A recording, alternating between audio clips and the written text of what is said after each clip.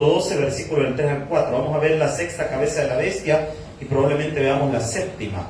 Vamos a ver lo que la palabra de Dios nos va a enseñar en este día. Apocalipsis capítulo 12, versículos del 3 al 4. Vamos a aprender en esta hora. Y pregunto, iglesia, ¿lo tenemos? Amén. No sé si pueden mejorar el encuadre que tiene la transmisión. Está para un lado, está más panda que mi vida. Vamos a ver, Apocalipsis 12, del 3 al 4, ¿lo tenemos? Amén. Bien, leamos la palabra en nombre del Padre, del Hijo y del Espíritu Santo del Señor. Dice la Escritura: también apareció otra señal en el cielo. He aquí un gran dragón escarlata que tenía 7 cabezas y 10 cuernos, y en su cabeza 7 diademas, y su cola arrastraba la tercera parte de las estrellas del cielo y las arrojó sobre la tierra. Y el dragón se paró frente a la mujer que estaba para dar a luz, a fin de devorar a su hijo tan pronto como naciese. Y ella dio a luz a un varón que regirá con vara de hierro todas las naciones, y su hijo fue arrebatado para Dios y para su trono. Buen Dios y Padre que estás en los cielos, permítanos aprender en esta hora. Te pido que tú seas el maestro. Gracias por mis hermanos y hermanas que están en este lugar, que todos hemos venido con la disposición de aprender de tu palabra. Te pido, Señor, por mis hermanos que están pasando dificultades, líbranos a todos, contéstanos nuestra petición. Señor, tú sabes nuestros milagros, lo que hoy te pedimos, lo que hoy necesitamos, Señor. Todo lo ponemos en tus manos. Gracias por todo, Padre Celestial, porque tú eres un Dios bueno, lleno de misericordias. En Cristo Jesús lo pedimos todo creyendo. Amén y amén. Puede tomar su asiento. Hemos visto hasta ahorita 5 cabezas de la bestia, y hablamos que cada una de las cabezas de la bestia es un imperio mundial que atacó a la nación de Israel. Y veíamos algunas de estas, por ejemplo, el imperio egipcio, hablamos del imperio asirio, el imperio de Babilonia, el imperio persa, el imperio griego. Cada uno de estos, la palabra de Dios nos lo ha revelado de manera profética. Y hemos ido aprendiendo a la luz de las Sagradas Escrituras acerca de cómo la bestia ha ido atacando a la nación de Israel con la finalidad de destruir. Y veíamos que a Daniel se le reveló también parte de las manifestaciones de este dragón. Y aparece, por ejemplo, en el capítulo 2, en el sueño de Nabucodonosor, esta imagen que representa los imperios mundiales. Vemos también que en el capítulo 7 Daniel tiene una revelación y aparecen estos imperios a través de la figura de bestias. En el capítulo 8 aparecen también algunas figuras representantes siempre a los imperios mundiales. Y en el libro de Apocalipsis los imperios mundiales aparecen como un gran dragón escarlata que tiene 7 cabezas y 10 cuernos. Hemos ido estudiando cada uno de estos imperios y cómo han tenido que ver con la nación de Israel y cómo la han atacado. Alguien diría: pastor, ¿por qué estas cosas son importantes de estudiarlas? ¿Por qué no mejor hablamos del amor de Dios y que vamos a prosperar y palabras aplicativas? ¿Por qué hacemos esto? Por 2 cosas. Primero, porque la palabra de Dios hay que estudiarla toda. Amén, iglesia. Porque usted debe ser parte de una iglesia que estudia la palabra de Dios y que aprende. Por eso es importante que usted lea la Biblia. Mire, al que conoce no se lo duerme cualquiera, hermano. Si usted estudia, si usted se prepara, si usted se forma con la Biblia en la mano, a usted no se lo va a dormir nadie. Y estamos en una época de muchos engaños y de muchas cosas que están atacando a los hijos de Dios. El problema desde hace mucho tiempo con la fe es que la gente prefiere vivir en ignorancia que en conocimiento. Por eso el Señor explicaba en el Antiguo Testamento: mi pueblo perece por falta de ¿qué dice? Y fíjese que el conocimiento de la palabra de Dios aumenta nuestra fe. Yo quisiera tener una gran fe. Pues sí, pues no lee la Biblia. ¿Y cómo va a tener una fe?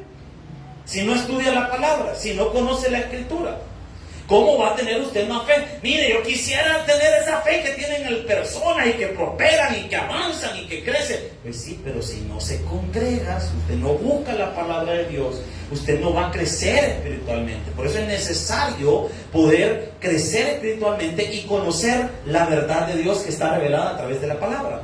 Ahora nos corresponde ver la sexta cabeza de la bestia.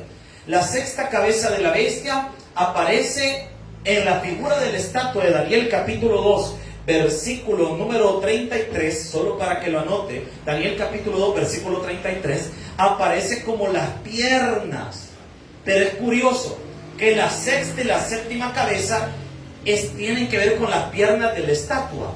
Vemos que la primera parte de las piernas es el Imperio Romano, y de eso vamos a hablar ahora. En el capítulo 7 aparece como la cuarta de las bestias. Y esta bestia tiene una característica bien interesante que encontramos en Daniel 7:7. Si alguien me hace el favor de leerlo, pero así como que ha comido con ganas y anda con ganas de leer. Daniel 7:7. Rapidito, quien lo busque y lo encuentre, por favor. 7:7, por favor. Después de esto miraba yo en las visiones de la noche, y he aquí la cuarta bestia, espantosa y terrible y en gran manera fuerte, la cual tenía unos dientes grandes de hierro, devoraba y desmenuzaba, y las obras peleaba con sus pies, y era muy diferente de todas las bestias que vi antes de ella, y tenía 10 cuernos. Mire, una de las cosas interesantes que nosotros vemos en Roma, y esto es interesante, que la ciudad de Roma está sentada sobre unas colinas, y de las cosas importantes de Roma, quizás de las más sobresalientes, es que fue una ciudad diseñada para que todos pudieran vivir en ella. De hecho, fue la primera gran urbe o la primera gran ciudad de la historia. La iglesia, imagínense, Roma es tan importante en la historia que se deriva hasta nuestro lenguaje del Imperio Romano. Y se le cantaba a la Roma antigua. ¿De dónde cree usted que viene la palabra romántica o romántico? Es de Roma ática. Eso quiere decir Roma ática. La palabra romántico es de origen latín. Y son dos palabras en latín. Roma ática, que quiere decir Roma antigua. Porque los poetas le cantaban a la Roma antigua y le escribían a la Roma de antigua. Es bien interesante esto. El Imperio Romano es, como lo describe el libro de Daniel, una bestia espantosa y terrible. ¿Cuál es diferente a las otras bestias? O sea que el Imperio Romano era diferente al Imperio de Babilonia, al Imperio Medo-Persa, al Imperio griego. Totalmente diferente en su organización, en su distribución, y por ser el primer gran imperio mundial realmente en extenderse a lo largo de toda Europa. Los otros imperios alcanzaron buena cantidad de tierra, pero no como los romanos. Y el Imperio Romano es terrible y tan difícil de vencer que hasta la fecha tiene sus influencias. Nuestra cultura es romana. Y no solo porque tenemos ensalada César, hermanos, sino que hay muchos elementos de nuestra cultura que son romanos. Y aparece en el capítulo 8 también a través de la figura del cuerno pequeño, que ya les voy a explicar después qué representa eso. Ahora, ¿cómo era Roma? Vamos a ver, tenemos una imagen por ahí. Todo esto era Roma. Todo esto es lo que controlaba el Imperio Romano. Llegamos a aquella isla que ve usted allá. Es Inglaterra, Gran Bretaña o Reino Unido, como se le conoce. Va desde el Reino Unido hasta el Golfo Pérsico, llegando por el Mar Negro. Básicamente eran 3 continentes: el continente europeo, asiático y africano. Un imperio, imagínense las dimensiones de ese imperio. Y la otra cosa, ¿cómo controlar todo ese imperio? Los romanos fue una cultura tremendamente bárbara. Pero ahora, ¿y esto qué tiene que ver con la cabeza de la bestia, con el pueblo de Israel y con nosotros? Mucho. ¿Por qué? Primero, nosotros vamos a ver que la Roma antigua fue la encargada de destruir al pueblo de Israel como nación. En el año 70, le voy a explicar. He puesto aquí un par de fechas para medio irnos ubicando, porque un montón de cosas para entender cómo atacó esta bestia. ¿Cómo atacó? Primero, el Imperio Romano, propiamente como imperio, inicia en el año 27 a.C. Antes de llegar al 27 y convertirse en imperio, hubieron 2 periodos de tiempo en Roma. Mire, se supone que Roma empezó por 2 personas, Rómulo y Remo. Se supone que a ambos la mamá los dejó tirados y una loba los amamantó. No sé a cuánto le gusta el fútbol acá. ¿Cuál es el logo del equipo de fútbol de Roma? de la Roma, ¿cuál es el logo? Un lobo con dos bebés que están abajo. Porque en la cultura romana se cree que Roma empezó así. Y también Roma inició con un fratricidio, porque Rómulo mató a Remo para quedarse con la colina que iba a ser posteriormente Roma propiamente. Y ahí inicia Roma, pero Roma inició como una monarquía. Pero después se aburrieron los romanos de los reyes y pasaron a un periodo de república. Y esto es bien interesante porque la forma de gobierno que nosotros tenemos, ¿cómo se llama nuestro país, por ejemplo? ¿República de qué? Del Salvador. O sea que nuestro gobierno es republicano. ¿Y dónde nace esa forma de gobierno? En Roma. ¿Se da cuenta que el Imperio Romano todavía tiene influencia en nosotros? ¿Qué elegimos? Nosotros elegimos dos tipos de representantes. Elegimos a un presidente de la República que es elegido de manera democrática, entre comillas, ¿verdad? Porque hay varias cosas ahí que cortar, ¿verdad? Entonces, de manera democrática, y que se supone que él es nuestro representante. Él toma las decisiones que nosotros no podríamos tomar. Y también se elige a un grupo que en la antigüedad se le conocía como senadores, también todavía en una parte del mundo, pero en nuestro país se les llama diputados. ¿Y qué se supone que son los diputados? Se supone que son las personas que van al pleno legislativo a representarnos a nosotros.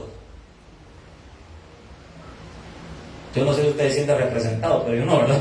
Pero teóricamente así funciona la cosa.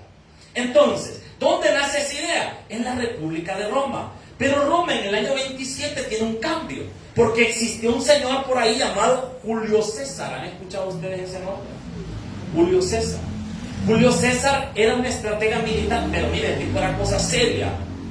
Yo vi una serie completa de la vida de Julio César. Ese tipo era otra onda. Ese brother era inteligente, miren. Pasó de ser soldado raso a convertirse en emperador. No, hombre, ese tipo es otro nivel. Él era otro nivel. Bueno, se enamoró de la Cleopatra. ¿Han ustedes oído la Cleopatra? Por cierto, no era tan bonita, era bien fea, narizona y todo.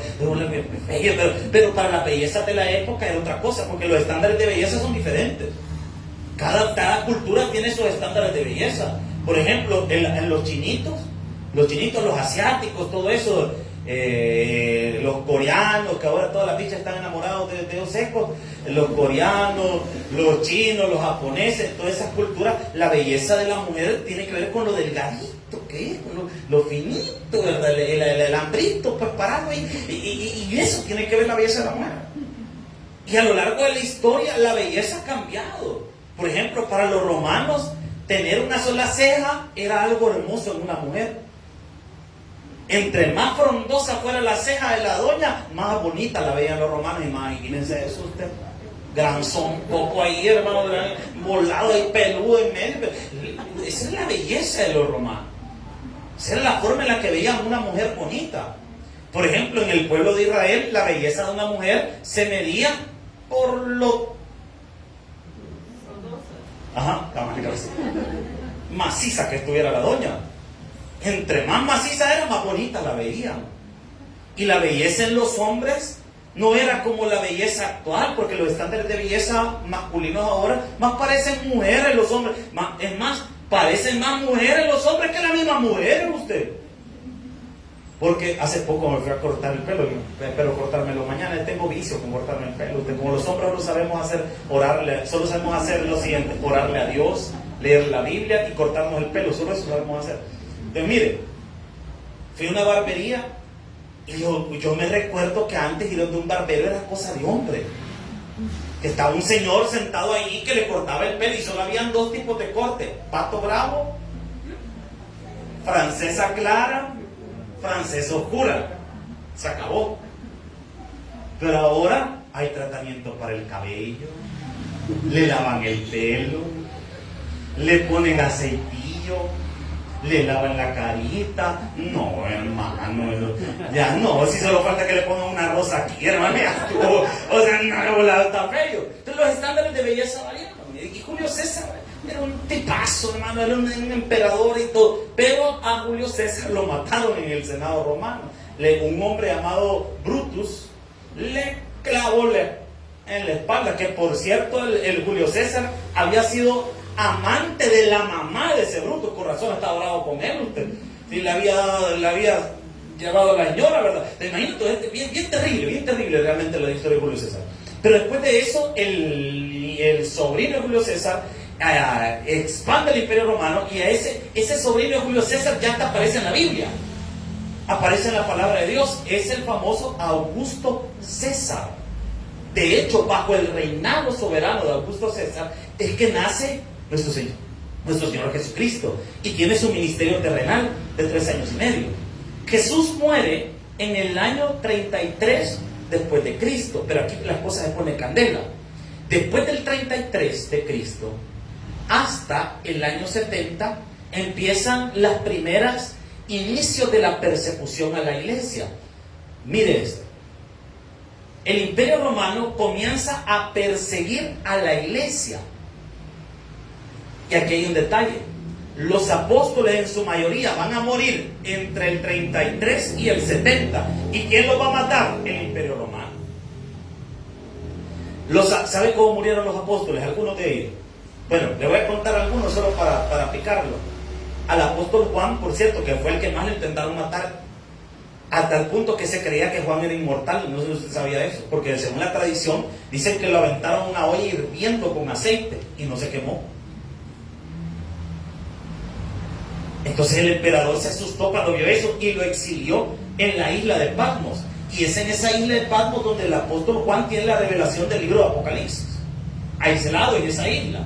Ahora, otros apóstoles, por ejemplo, a Bartolomé lo despellejaron, a Pedro lo crucificaron invertidamente, y muchos de los apóstoles tuvieron muertes horribles. La mayoría de ellos murieron a espada. Bueno, a uno de los apóstoles los aventaron del pináculo del templo, lo aventaron y ahí lo mataron. Entonces, mire, todos los apóstoles tuvieron muertes horrendas. ¿Y quién se las causó? El Imperio Romano. En el año 70, que aparece acá, bueno, hubieron 10 grandes persecuciones imperiales. Creo que ahí tengo una imagen más o menos de los... quiero ver... pon el anterior. Esa imagen que aparece ahí, que la pueden ver de este lado, es una imagen que está en un arco de victoria en Roma, donde aparece la imagen del menorá. Es la imagen de la conquista de Israel, cuando lo destruyeron los romanos en el año 70. Destruyeron todo Israel, arrasaron el templo y se llevaron todos los tesoros que había en Israel. ¿Quiénes fueron? Primero fue el Vespasiano. Este hombre se llevó aparte del ejército y comenzó a destruir Israel, pero no lo logró. Entonces fue nombrado emperador, y su hijo Tito Flavio Vespasiano, vea qué bonito este nombre para que lo pongan sus hipotes, ahí póngale un Vespasiano, ¿verdad? Vespacio, ¿verdad? No sé cómo usted le quiere decir. Entonces, este brother destruyó todo Israel, se llevó todas las riquezas para Roma, y ocurrió algo que hasta la fecha tiene hincapié en nuestra historia, y es la famosa diáspora de Israel. ¿Nunca se ha preguntado por qué hay judíos en todas las partes del mundo? ¿Desde dónde viene eso? Desde los romanos, porque los romanos los expulsaron de la tierra prometida y los judíos se dispersaron por el mundo. A eso se le conoce la diáspora de Israel, que terminó el 14 de mayo de 1948, cuando Israel regresó a su nación. Y hasta la fecha todavía hay judíos que permanecen fuera de Israel y todavía no han llegado a su nación. De hecho, Israel todos los años, la embajada de Israel lanza campañas para que gente llegue a vivir en Israel, pero hay otras personas que no quieren y se quedaron viviendo en otra zona. Pero ese es otro tema para otro día. Los emperadores romanos persiguieron a la iglesia. Mire cómo esta bestia atacó a la obra de Dios. Sigamos, por favor, la visita. 10 grandes persecuciones imperiales. Todo comienza con César Nerón, que mire, ese nombre bien ganado está para ponérselo a los chuchitos. Ese tipo sí que de plano fue bárbaro. Ese tipo sí que hizo pedazos a la gente. Es más, en una ocasión se le ocurrió al brother que ya muchos estaban gastando en el alumbrado público. Por cierto, la idea de que haya postes y que alumbren la calle, eso es idea romana. Solo que antes que existiera la luz, como la conocemos, esa luz artificial, se utilizaban, no, eso tiene otro nombre, antorchas. Se utilizaban antorchas que se ponían en la calle. Pero cuando este César Nerón vio que mucho se gastaba en antorchas, ¿sabe qué le ocurrió hacer? Crucificar cristianos y ponerlo a la orilla de la calle, y en la noche encenderle fuego. Eso es lo que ocurrió hacer. Eso es lo que pasa. De hecho, hay un camino en Roma que se llama la Vía Apia. En esa vía, ahí todas las noches lo alumbraban nuestros hermanos en Cristo crucificados. Los llevaban al Coliseo romano y los mataban. Por eso es que Daniel profetiza que esta bestia es espantosa y terrible. Y es diferente a las demás, porque en las demás sí mataron judíos, sí destruyeron al pueblo de Israel, pero no lo exterminaban de esa forma. Lo respetaban, dejaban un remanente, lo dejaban ahí vivo, pero a este no le importó. Los cristianos los metían en el Coliseo romano. ¿Han visto ustedes películas de Roma? Por ejemplo, El Gladiador, ¿la han visto ustedes? Chiva, ¿verdad? No, hombre, ese Russell Crowe ahí se mandó, brother. Cabal, y la misma figura tenemos, fíjate. Búsquelo ahorita en fotos como está, todo gordo, igualito nos vemos ahorita. Entonces, mire, el brother ese, en la película El Gladiador, usted ve el Coliseo romano, ahí llevaban a los cristianos. ¿Y saben qué hacían? Los ponían a pelear con los gladiadores. Obviamente, no mataban a los cristianos. Los metían en la arena romana y soltaban leones para que se los comieran. Y toda la gente que estaba en los graderíos aplaudía y le gustaba ver a los cristianos sufrir. ¿Cuántos de nosotros, cuántos iría a un estadio para ver gente morir? ¿Verdad que nadie de nosotros? Pero fíjese que el mismo gusto por la muerte tenemos, solo que ya no la vemos en vivo. ¿O no le gustan las películas a usted donde le meten 3 metrallazos a alguien? ¿Qué está viendo usted? Gente morir. Mira, le voló la cabeza de alfinde. El hermano. Porque tenemos los mismos malos gustos que tenían los romanos. A los romanos les gustaba ver gente que matara, y solo que ahí lo veían en vivo, ¿verdad? Todo gato color. Mira, perdimos. ¿Qué pasó? Se murió. O sea, qué tremendo. O sea, la gente gozaba ese tipo de cosas. Y ahí es donde nuestra fe, y mire, esto es bien interesante, los primeros cristianos sí tenían fe de verdad. Eso no andaban con cosas. Porque imagínese usted, ¿qué recompensas o qué bendiciones terrenales andaban buscando? Si convertirse al cristianismo significaba que no podían matar. Ahora, convertirse al cristianismo, muchos lo vemos como, sí, yo soy parte de la iglesia. Y a muchos hasta pena les da decir que son cristianos. Mira, aquí ya te hiciste evangélico. Yo a veces llego para que mi hermano no me está diciendo nada. Dice, le da pena. No te creo, ya te arruinaste. Pues ya, ¿cuál iglesia va? Allá está, a la de Toby te vamos. No, mira, es que yo ahí llego porque me queda cerca en la calle. Empezamos a decir excusas. Hermano, a mucha honra, usted cuando le hiciste cristiano, ¿sí? ¿No te da pena? No, ¿y por qué no da pena? Si Cristo me ha cambiado la vida. Amén. Mire, estos primeros cristianos los llevaban al Coliseo y los ponían en fila para matarlos. Imagínense qué tremendo, qué cosa más horrible. Usted sabía que si se abría esa puerta y usted entraba a esa arena, cualquier cosa podía pasar, pero que se iba a morir. Y ahí nació uno de nuestros cantos que hasta la fecha se canta en la iglesia. He decidido seguir a Cristo, he decidido seguir a Cristo. Eso lo cantaban los cristianos cuando estaban haciendo fila para matarlos. No vuelvo atrás, no vuelvo atrás. ¿Verdad que esas palabras ahora tienen otro sentido?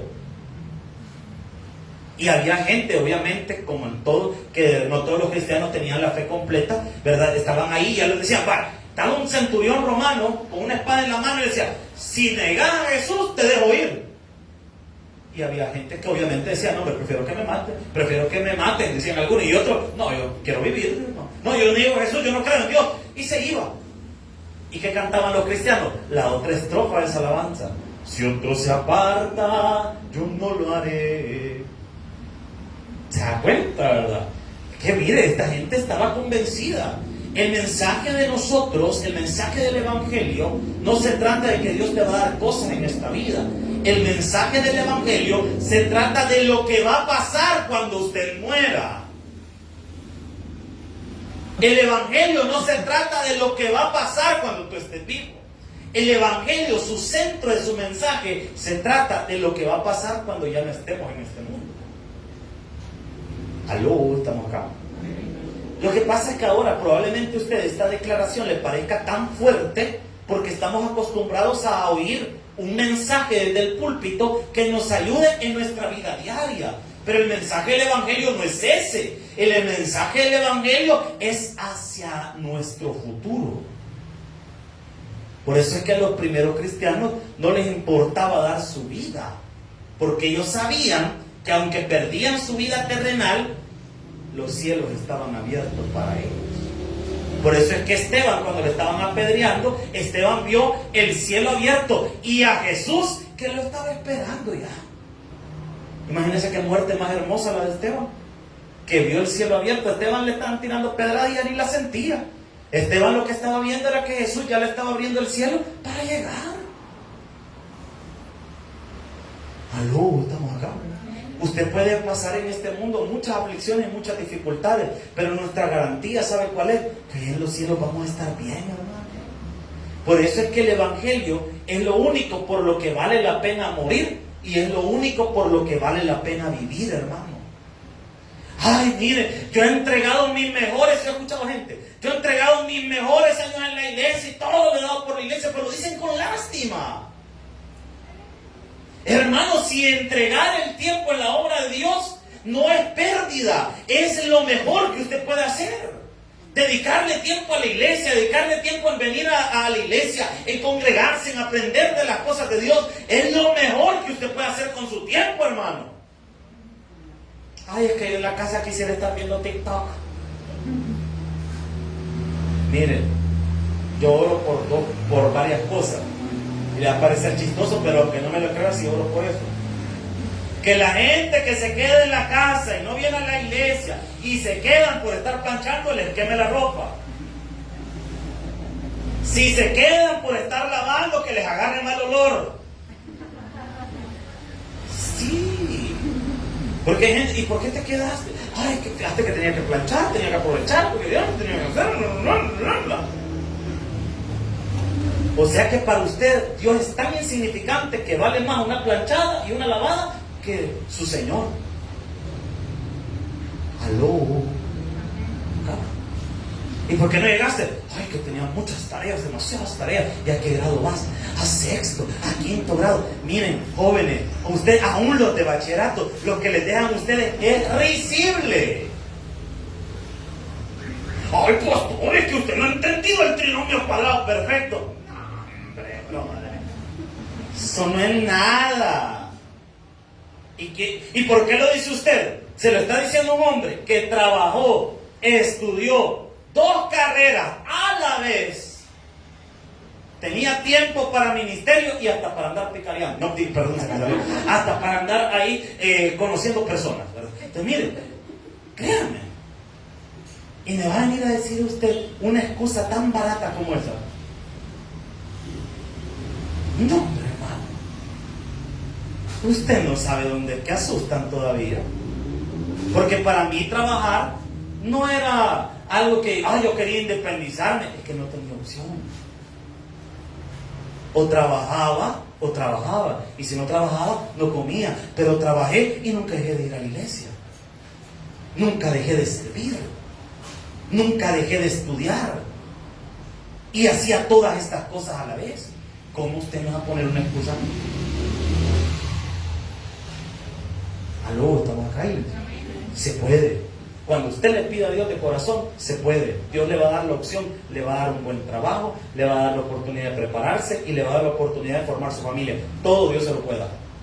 Lo que pasa es que usted no tiene fe y no le está creyendo a Dios. No me crea a mí. Al final, yo soy un hombre vil, pecador, y el que reina es Jesucristo. Créale a Él, no a mí, a Él. Entonces, 10 grandes persecuciones contra los cristianos. Vale. La siguiente fue la de un hombre llamado Domiciano, Trajano. Miren, son nombres bien chulos para que los ponga a sus hijos. Adriano, ese no está tan feo, fíjese. Marco Aurelio, ese es el que aparece, por cierto, Marco Aurelio es el que aparece en la película de El Gladiador, porque no lo sabía. La película tiene medio realidad. Séptimo Severo, Marcio Tracio, mire, bien chivo el nombre también. Decio, Valeriano y Diocleciano. Y los demás que terminan en ese, que no puedo decir, ¿verdad? Entonces, mire, es bien interesante todo esto de los emperadores. Todos estos persiguieron a la iglesia. Pero aquí hay un detalle. Y esto es lo que yo quiero sobresalir en este día. El Imperio Romano, como tal, tiene algunas cosas interesantes que hoy nosotros debemos tener claras. Por ejemplo, hubieron dos personas, porque el imperio era tan grande, como lo vimos en la primera imagen. No sé si la puede poner, por favor, hermana Marina. En la primera, esa. El imperio romano era tan grande que a un emperador se le ocurrió que debían existir dos emperadores para controlarlo. Y obviamente, como habían dos cabezas, hubo rivalidad. Y llegó a un punto de ser intolerante en el imperio romano ya esa dualidad. Y aparecieron dos personajes por ahí. Mire qué bonito este nombre para que usted lo ponga en su cipote. Magencio.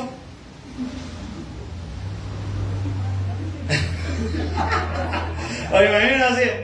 No, es que feo, ¿verdad? Que le llaman a usted. Don Magencio, pase, no, ¿verdad? Pero mire, Magencio y Constantino.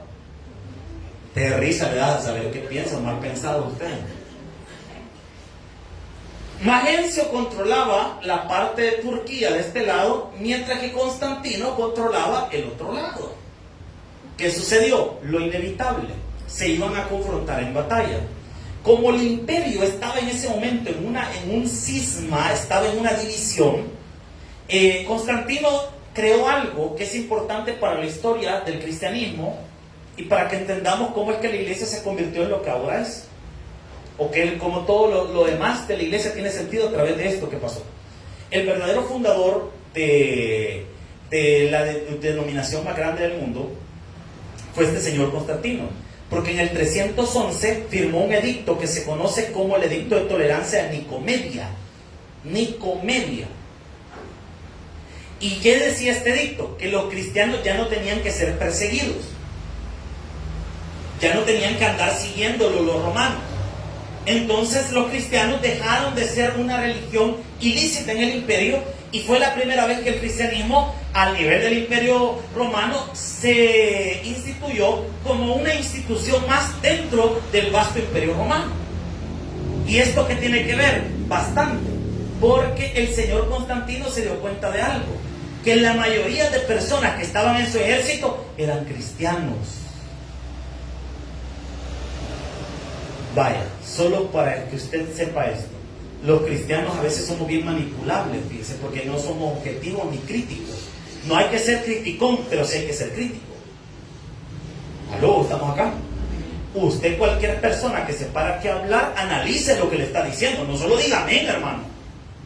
Hay gente que a todos le dicen amén, pero no analizan lo que están oyendo. Si una de las cosas que en esta congregación usted va a aprender es que usted tiene que ser una persona crítica. Pregunte, analice, bueno, ¿por qué me están diciendo esto? ¿Qué significa esto? ¿Qué quieren decir con esto? Hay una línea bien delgada entre ser crítico y criticón. Porque ¿cuál es la diferencia entre el crítico y el criticón? Y no solo son dos letras, ¿no? ¿Verdad? No solo es una letra, perdón. El crítico es una persona que tiene fundamentos y quiere aprender, mientras que el criticón no tiene ni menor idea de lo que está haciendo y solo le gusta hablar de los demás. Esa es la diferencia. Por eso que usted es una persona crítica. Es decir, que usted analiza lo que le están diciendo. Los primeros cristianos, al igual que nosotros, a veces cometían el error que eran muy fáciles de manipular.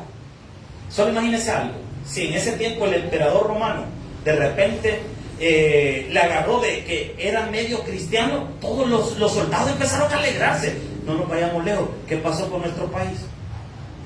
Vemos a nuestros mandatarios de repente hacer una oración y todo el pueblo se alegra. Fulano es cristiano, el diputado es cristiano, el no sé qué es cristiano. Y a veces nos manipulan.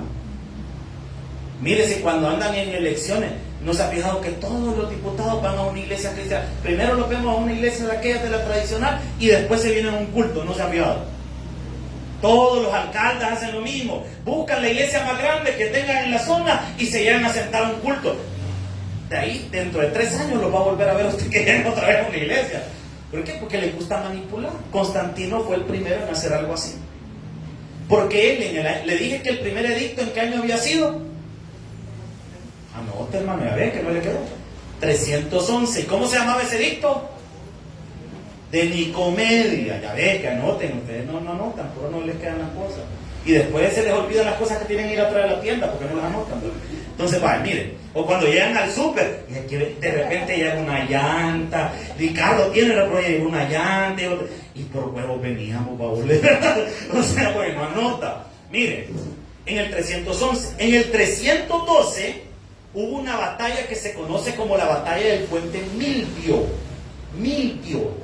¿Qué pasó? El Magencio se agarró con Constantino, pero esa noche del 312 se le ocurrió algo a Constantino. Dijo que tenía un sueño, y en ese sueño había visto este signo. Uy, se cayó una. Había visto este signo. Yo sé que usted lo ha visto en algunas partes.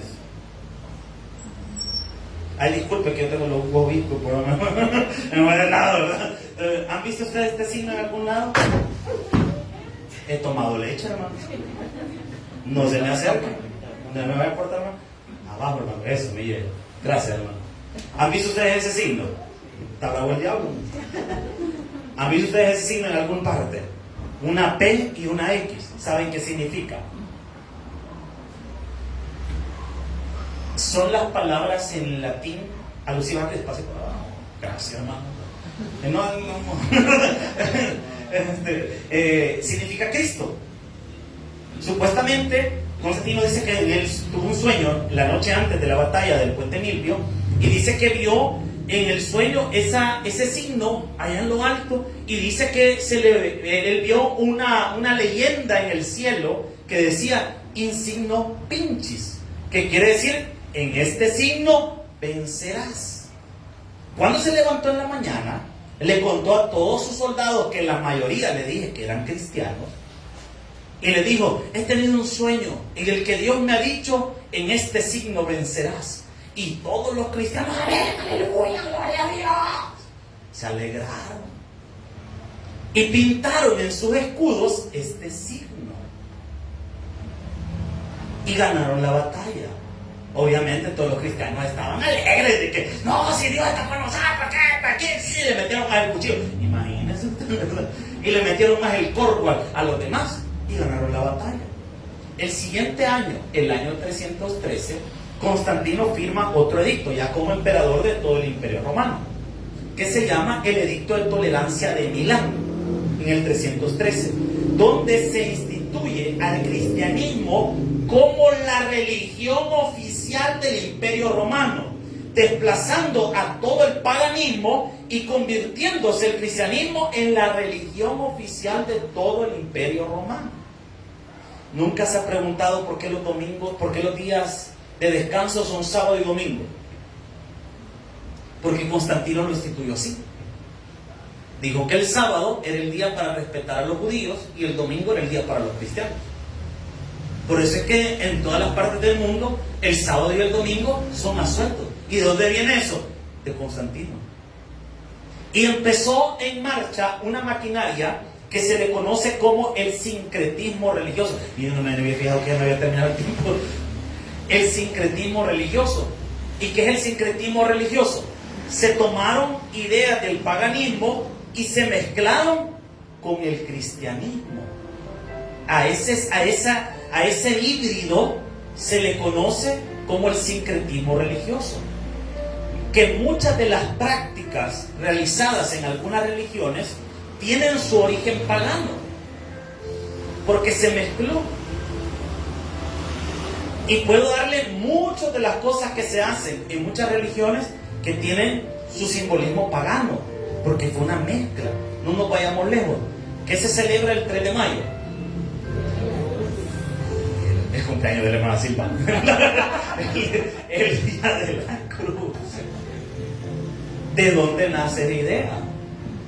Los pueblos que habitaron esta zona le daban gracias a sus dioses, presentando en las cuevas las cosechas. Y las presentaban una muestra de sus cosechas y las dejaban en esos lugares. ¿Qué sucedió después? Cuando vinieron los españoles que trajeron la religión a la fuerza de la espada, obligaron a los indígenas a doblegarse a estos cultos. Y dijeron, ahora ya no van a ir a adorar a sus dioses a las cuevas, ahora pongan una cruz y entréguenle ustedes también su fruto. Una mezcla, por eso se llama sincretismo religioso. ¿Y quién creó eso? El Imperio Romano. Por eso es muy importante que nosotros conozcamos nuestra historia. ¿Por qué hacemos lo que hacemos? Bueno, ¿por qué levantamos las manos a la hora de adorar? ¿Por qué usted se congrega en una iglesia que se llama Tabernáculo Bíblico Bautista? ¿Por qué Bautista? ¿Qué es eso? ¿De dónde viene esa idea? De Juan el Bautista. Usted está más perdido que Adán en el día de la madre. ¿Se da cuenta que es importante conocer? Es que usted tiene que entender las cosas y conocerlas. Estudiar, prepararse, venir a sus cultos de estudio bíblico. ¿Para qué? Para nutrirlo a usted en la fe. Para que no se le enganchen allá afuera, sino que usted conozca la bendita y divina palabra de nuestro Dios. Regáleme un fuerte aplauso al Señor. Dios Padre que estás en los cielos, te damos gracias, Señor, por lo bueno que tú eres. Gracias porque tú eres un Dios fiel y verdadero y justo y perfecto. Te pido, Señor, que nos ayudes. Te pido, Señor, que nos des sabiduría e inteligencia. Te pido, Padre Celestial, que seas tú enseñándonos siempre a través de las Sagradas Escrituras.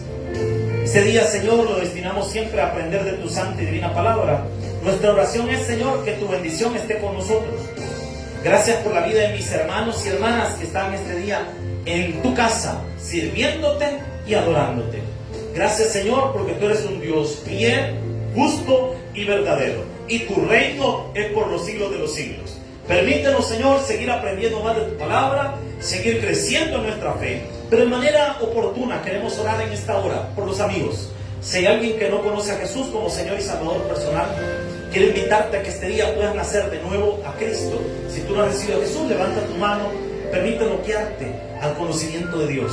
Si tú necesitas nacer de nuevo, solo levanta tu mano y permítenos presentarte el mensaje de salvación. Gracias, Padre, por lo bueno que tú eres. Bendice nuestra vida. Permítenos el día de mañana regresar a tu iglesia para adorarte y para servirte. En Cristo Jesús, nuestro Señor, lo pedimos todo creyendo. Amén y amén. Póngase de pie, gloria al Señor, se aplauso para Dios.